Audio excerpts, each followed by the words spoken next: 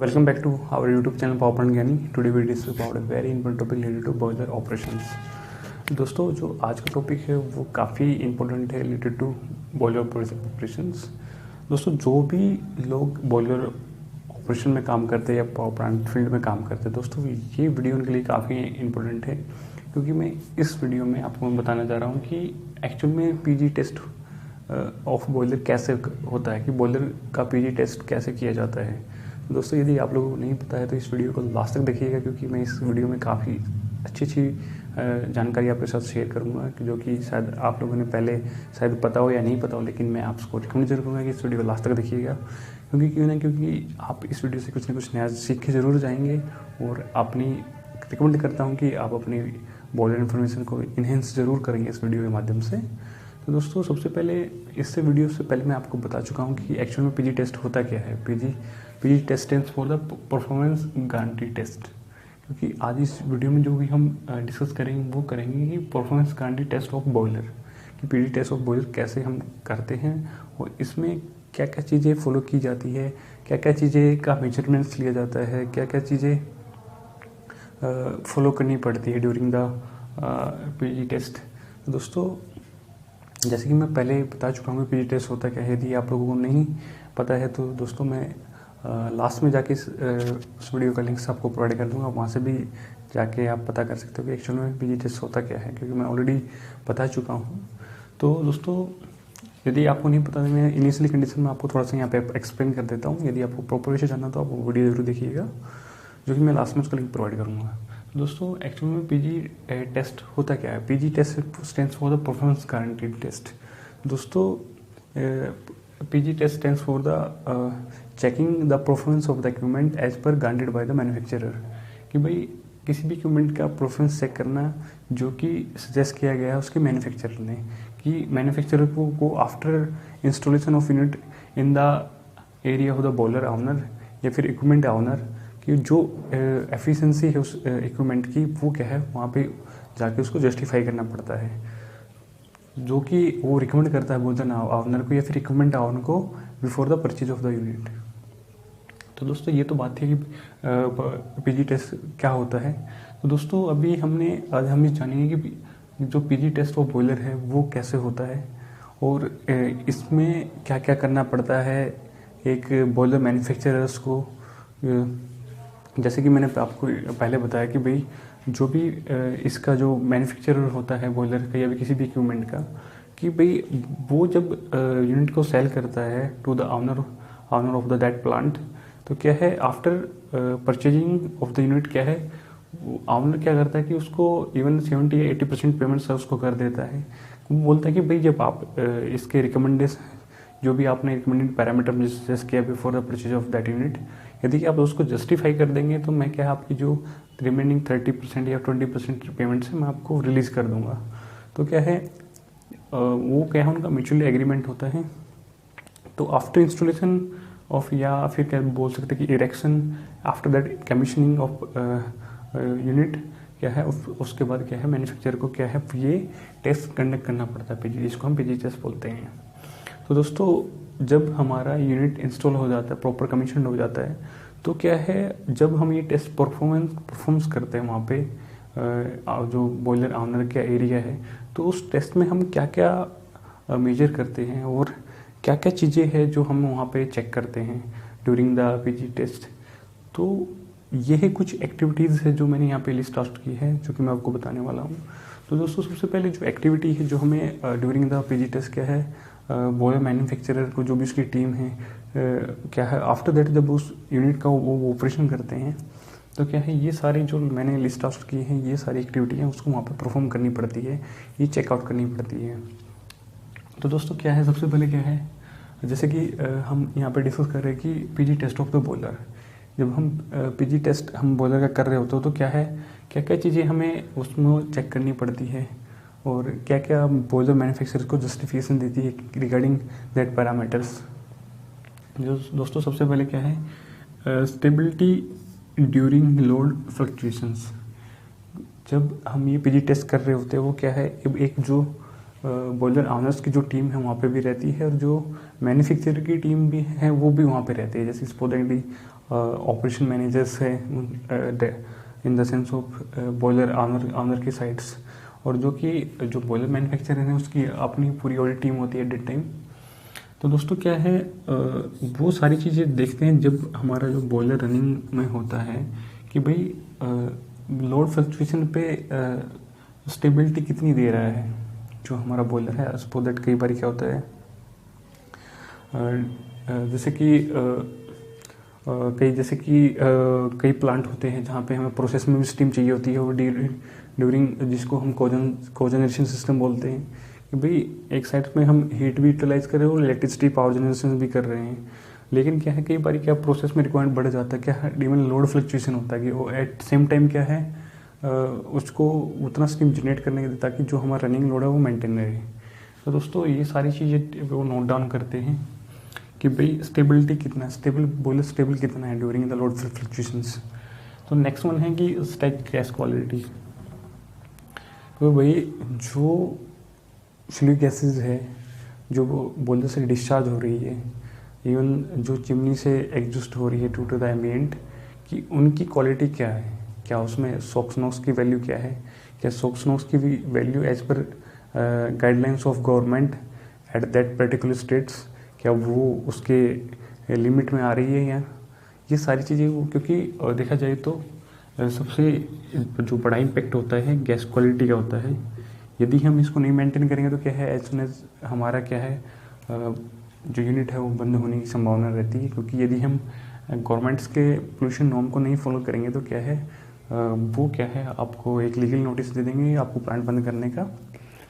तो दोस्तों क्या है, जो हमारी स्टैक क्वालिटी है वो भी मेंटेन रहनी चाहिए। जो थर्ड वन है वो है मिनिमम एंड मैक्सिमम रेटिंग्स, कि भाई आपका जो बॉयलर है जो मिनिमम रेटिंग्स पे किस तरीके से बिहेव करता है, और जो उसकी मैक्सिमम रेटिंग्स कितनी है। मैक्सिमम रेटिंग्स में से देखिए कि जो उसका मैक्सिमम स्टीम इवेपोरेशन रेट क्या है, मिनिमम स्टीम इवेपोरेशन रेट क्या है।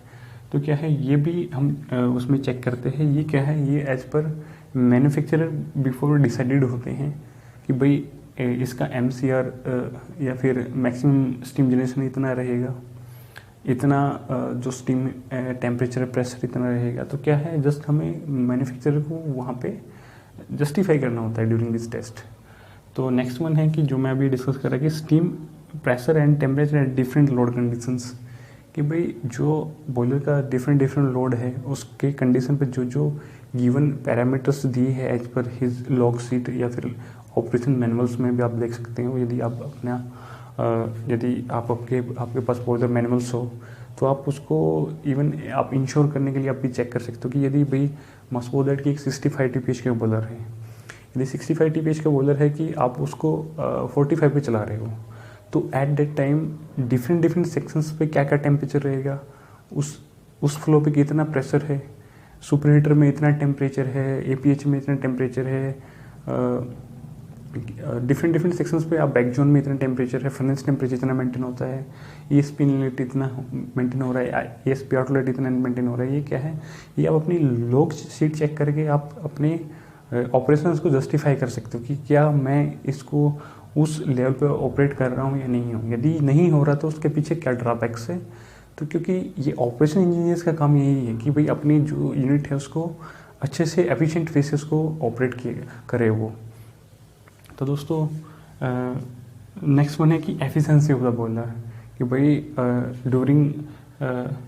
PG टेस्ट की बॉयलर की एफिशिएंसी क्या आ रही है, जो उसके रनिंग पैरामीटर्स हैं उससे हमारी बॉयलर एफिशिएंसी क्या आ रही है, वो ये भी आप उसको जस्टिफाई करना होता है। तो नेक्स्ट है प्योरिटी ऑफ स्टीम, कि भाई सबसे बड़ा इम्पैक्ट होता है पूरे पॉवर में प्योरिटी ऑफ स्टीम। यदि आप स्टीम टर्बाइन ड्रिवन कर रहे हैं with the help of steam through the boiler, तो क्या स्टीम प्योरिटी काफ़ी इम्पोर्टेंट फैक्टर है। क्योंकि यदि हम स्टीम की प्योरिटी मेंटेन नहीं करेंगे, क्योंकि उसमें जो सिलिका परसेंटेज है या फिर इवन यदि उसमें मेनली तो क्या है, जो स्टीम में सिलिका के डिपेंडेंट करते हैं, जो कि रिएक्टिव करेक्टिव रिएक्टिव इस तरीके से कोई फॉर्म होती है सिलिका की, क्या है वो रिकमेंडेड पैरामीटर भी होते हैं कुछ स्टीम के, वो मैं फर्दर किसी वीडियो में आपके साथ डिस्कस करूँगा अच्छी तरीके से। तो दोस्तों वो यदि प्योरिटी ऑफ स्टीम भी चेकआउट करनी पड़ती है कि भाई यदि हमारी प्योर स्टीम नहीं होगी तो क्या है, इवन फर्दर जाके वो आगे स्केलिंग क्रिएट करेगी इनसाइड द टरबाइन, क्योंकि जो कि उसकी वर्किंग पे इफेक्ट करती है। तो क्या है, ये सारी चीज़ें जस्टिफाई करनी पड़ती है during the operation of boiler. Next one है स्पेसिफिक फ्यूल कंजप्शंस, कि भाई कितने टन स्टीम पर कितने फ्यूल कंजप्शन हो रहा है। ये सारी चीज़ें भी ड्यूरिंग द पीजी टेस्ट हमें जस्टिफाई करनी पड़ती है, नोट डाउन करनी पड़ती है। ये सारी चीज़ें क्या है, एक लॉग शीट होती है, उस पर सारी चीज़ें हम मेंटेन करते हैं as per the mutual discussion of boiler owner और बॉयलर मैन्युफैक्चरर, कि भाई आपको जब ये आप ऑडिट कर रहे हो तो इसकी एक लॉग शीट आप बनाइए। और क्या है, हम इसको आफ्टर पीजी टेस्ट होने के बाद यदि सक्सेसफुल होता है तो क्या है, हम इसको म्यूचुअली साइन करेंगे, जो कि फर्दर उसको फर्दर रिकॉर्ड के लिए क्या है एज ए रेफरेंस रख दिया जाएगा। तो दोस्तों ये तो थी कि हमें ड्यूरिंग पीजी टेस्ट बॉयलर का क्या है, क्या क्या चीज़ें हमें जस्टिफाई करनी होती है, जिसमें कि ये 6 पैरामीटर्स है जो कि बॉयलर मैन्युफैक्चरर को जस्टिफाई करने पड़ते हैं। तो दोस्तों नेक्स्ट वन है कि किस तरीके से हम पीजी टेस्ट करेंगे और उसमें कौन कौन से जो फ्लो मीटर्स वगैरह है, क्या क्या इक्विपमेंट्स उसमें यूज होते हैं, तो किस तरीके से हमें क्या क्या चीज़ें करनी पड़ती है, वो अभी मैं आपको जस्ट आगे बता रहा हूँ।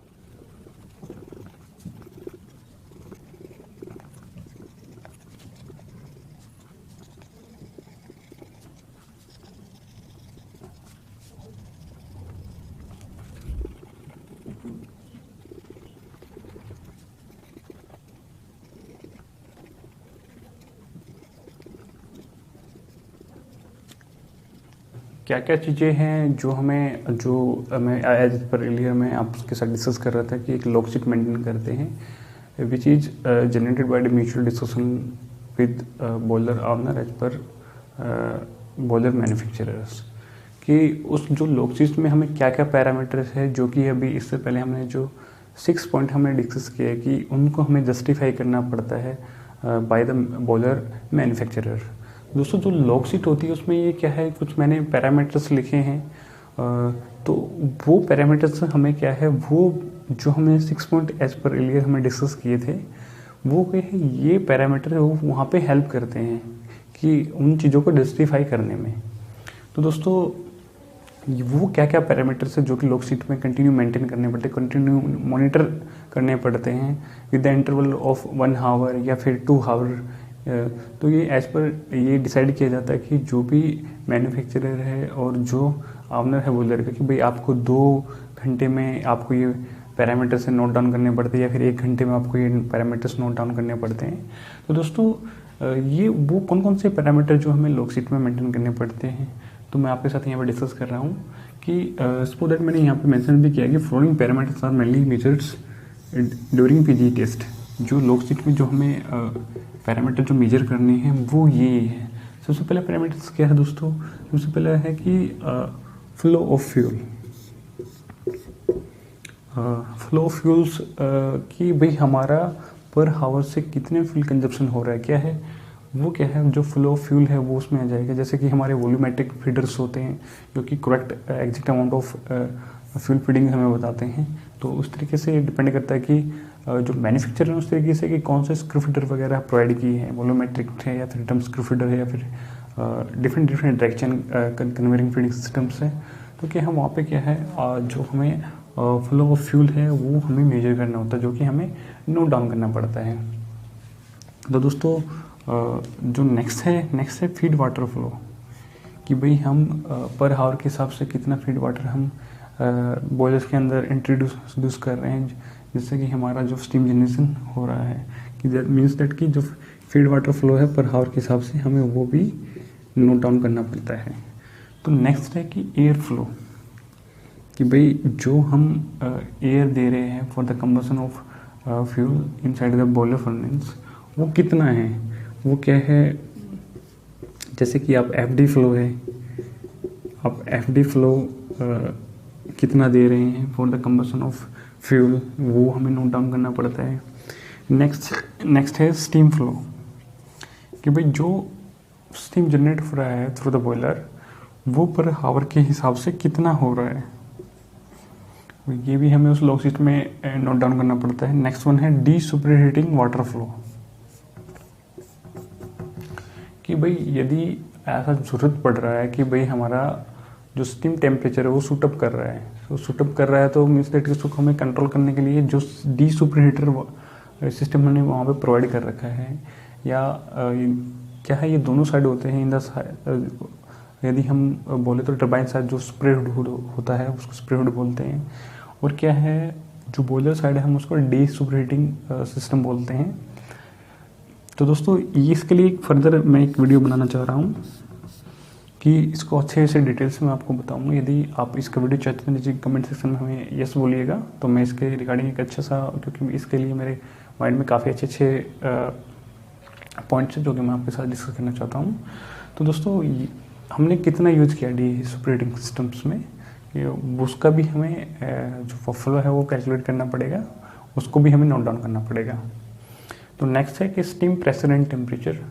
कि भाई उस पर्टिकुलर कंडीशन पे उस पर्टिकुलर लोड पे जो स्टीम का प्रेशर है वो टेम्परेचर है वो कितना है वो भी हमें नोट डाउन करना पड़ेगा। नेक्स्ट है स्टीम कंडक्टिविटी एंड सिलिका, जैसे कि मैं एज पर लिए मैंने डिस्कस किया कि भाई स्टीम की प्योरिटी, इसमें जो इससे पहले जो मैंने 6 पैरामीटर है मैंने डिस्कस किया उसमें क्या था, एक स्टीम प्योरिटी था कि स्टीम प्योरिटी को ये जस्टिफिकेशन के लिए हमें क्या करना पड़ेगा कि भाई उसकी कंडक्टिविटी कितनी है उसमें सिलिका कितना है, तो उस पॉइंट के जस्टिफिकेशन के लिए हमें उसकी स्टीम की कंडक्टिविटी और सिलिका हमें मेजर करने पड़ेगा। तो नेक्स्ट वन है फीड वाटर इनलेट टेम्परेचर, कि भाई जो हमारा डेटरस है जो फीड वाटर टेम्परेचर है वो कितना आ रहा है वो हमें नोट डाउन करना पड़ेगा। जो नेक्स्ट है एग्जॉस्ट फ्लूइड गैसेस टेम्परेचर, कि भाई जो हम फ्लूइड गैसेस है जो बॉयलर से एग्जॉस्ट कर रहे हैं, जो कि एक पॉइंट था कि भाई जो स्टैक पैरामीटर्स हैं उसको जस्टिफाई करने के लिए कि हमें क्या फ्लूइड गैस जो temperature exhaust fluid gas temperature है वो हमें चेकआउट करना पड़ेगा, वो नोट डाउन करना पड़ेगा। और क्या है हमें CBD flow continuous flow down हमारा कितना हो रहा है वो हमें कैलकुलेट करना पड़ेगा, वो हमें नोट डाउन करना पड़ेगा कि भाई कितने हावर से हमें कितना फ्लो निकल रहा है CBD का, वो हमें उसमें नोट डाउन करना पड़ेगा लॉग शीट्स के अंदर। नेक्स्ट है एक्सेस एयर और O2 percentage in flue gases, जो ऑटो एनालाइजर लगा रहता है वो क्या है, उसी का काम यही होता है कि भाई अपने जो फ्लू गैसेस है उसमें O2 परसेंटेज कितनी मेंटेन करते हैं। तो दोस्तों क्या है जो प्रॉपर कंबसन के लिए फ्यूल के हमें एक O2 काफ़ी इंपॉर्टेंट फैक्टर है, क्योंकि जो कि हमें रिमाइंड कराता है कि भाई आपका जो कंबसन है वो अच्छी तरीके से हो रहा है। तो क्या है O2 परसेंटेज हमें ड्यूरिंग कंबसन हमें मेंटेन करके रखनी पड़ती है। तो क्या है ये जो क्या है 3 to 5 क्या है परसेंटेज क्या हमें O2 हमें ड्यूरिंग द ऑपरेशन हमें क्या है मेंटेन करनी पड़ती है। तो नेक्स्ट है फ्लू गैसेस एनालिसिस, कि भाई जो भी हम बॉयलर एफिशिएंसी निकालेंगे या फिर थ्योरेटिकल एयर निकालेंगे for the boiler PG test, क्या है इसका जो फ्लू गैसेस एनालिसिस है वो भी हम होना ज़रूरी है। और नेक्स्ट है एस क्वालिटी, कि भाई डिफरेंट सेक्शंस में हमें इतने फ्यूल बर्न किया, इतने फ्यूल गर्म बर्न करने से क्या है हमारी स्पोदेट की बैंक जोन से हमारी स्पोदेट 1 आवर में इतना स्पोदेट की 30 kg एस जनरेशन होना था, क्या उतना उस अमाउंट में हो रहा है। जो रिकमेंड किया है बॉयलर मैन्युफैक्चरर ने डिफरेंट एस कलेक्शन पॉइंट्स पे क्या एज पर जितनी एस कलेक्शन हो रहा है एज पर मैन्युफैक्चरर क्या वो हो रहा है, ये सारी चीज़ें भी हमें नोट डाउन करनी चाहिए। नेक्स्ट है अनबर्न्ड कार्बन इन एस, कि दोस्तों यदि हमारा अच्छे से कंबसन हो रहा है, यदि अच्छे से हमारा बॉयलर रन कर रहा है, तो क्या है जो कार्बन परसेंटेज है वो क्या है वो काफ़ी मिनिमम रहेगा। तो क्या है डिफरेंट एस कलेक्शन पॉइंट्स पे हम ये चेक करेंगे कि एस के अंदर अनबर्न्ड कार्बन कितना आ रहा है, स्पोदेट की जो फ्यूल का कैरी ओवर हो रहा है या फिर वो कैरी ओवर हो गया क्या वो एज अनबर्न्ड जो फील्ड्स के अंदर आ जाता है, तो क्या है वो डिफरेंट सेक्शंस में हम कैलकुलेट करेंगे कि भाई कितना परसेंटेज कार्बन एस के अंदर है। वो क्या है, वो लेबोरेटरी टेस्टिंग के थ्रू से ही हमें पता लगता है कि हमें जो एस सैंपल्स है वो लेबोरेटरी तक पहुंचाने होते हैं। तो लेबोरेटरी के तक पहुंचाने के बाद क्या है, वो हमें डिसाइड करते हैं कि भाई इतना परसेंटेज या फिर इतना परसेंट N1 कार्बन है और इतनी जीसीवी का जो फ्यूल एस जो एस है उस एस के अंदर इतनी जीसीवी परसेंट है। तो दोस्तों नेक्स्ट है कि ड्रम लेवल भी जो स्टीम प्योरिटी है, जो स्टीम प्योरिटी की बात कर रहे थे हम कि जो अच्छे से हम ड्रम लेवल मेंटेन करेंगे तो क्या हमारी हायर स्टीम प्योरिटी बनी रहेगी। यदि हम प्रॉपर तरीके से स्टीम या ड्रम लेवल मेंटेन नहीं करें तो क्या हमारी जो कैरी होर के काफ़ी चांसेस होते हैं, जो कि resulting in the drop down the efficiency of turbine, work down of the turbine. तो दोस्तों ये तो कुछ पैरामीटर्स है जो कि हमें लॉग शीट में मेंटेन करने होते हैं। तो दोस्तों ये सारी चीज़ें आफ्टर दैट उन 6 पॉइंट को जस्टिफाई करेगी। ये सारी चीज़ें उनकी कैलकुलेशंस में ये सारी चीज़ें यूज होंगी। तो दोस्तों ये सारे पैरामीटर नोट डाउन करने के बाद लॉग शीट्स में जो फाइनल आउटपुट, जो फाइनल हम लॉग शीट बनाते हैं, जो कि फाइनल रिपोर्ट बनाते हैं, उसमें ये सारी चीज़ें आ जाती है कि भाई हाँ डिफरेंट सेक्शन में उस इतने 50% लॉस पे इतने प्रेशर और टेम्परेचर था, एज पर जो मैन्युफैक्चरर है उसका जो डाटा था उसके से मैच कराना होता है कि भाई हाँ इतने % लोड पे क्या है आपका ये डाटा मैच हो रहा है। तो इतने इन चीज़ों पे हमने 24 आवर्स के जो हम ऑडिट रिपोर्ट बनाते हैं, तो क्या है उसमें हम उससे कंपेयर करते हैं जो मैन्युफैक्चर का डाटा होता है, तो उससे जस्टिफाई हो जाता है। तो क्या है जो हमारा जो मैन्युफैक्चरर है वो यूनिट को हैंड ओवर करता है to the owner of that plant. दोस्तों आई थिंक आप इस वीडियो से काफ़ी कुछ सीखे होंगे। तो दोस्तों मैं आपसे रिकमेंड करता हूँ, यदि आप इस चैनल के माध्यम से मुझे पहली बार देख रहे हो तो मैं आपसे रिक्वेस्ट करना चाहूँगा, मैं इसी तरीके की काफ़ी टेक्निकल वीडियो और काफ़ी informative video regarding to power plant operation maintenance में क्या बनाता रहता हूँ।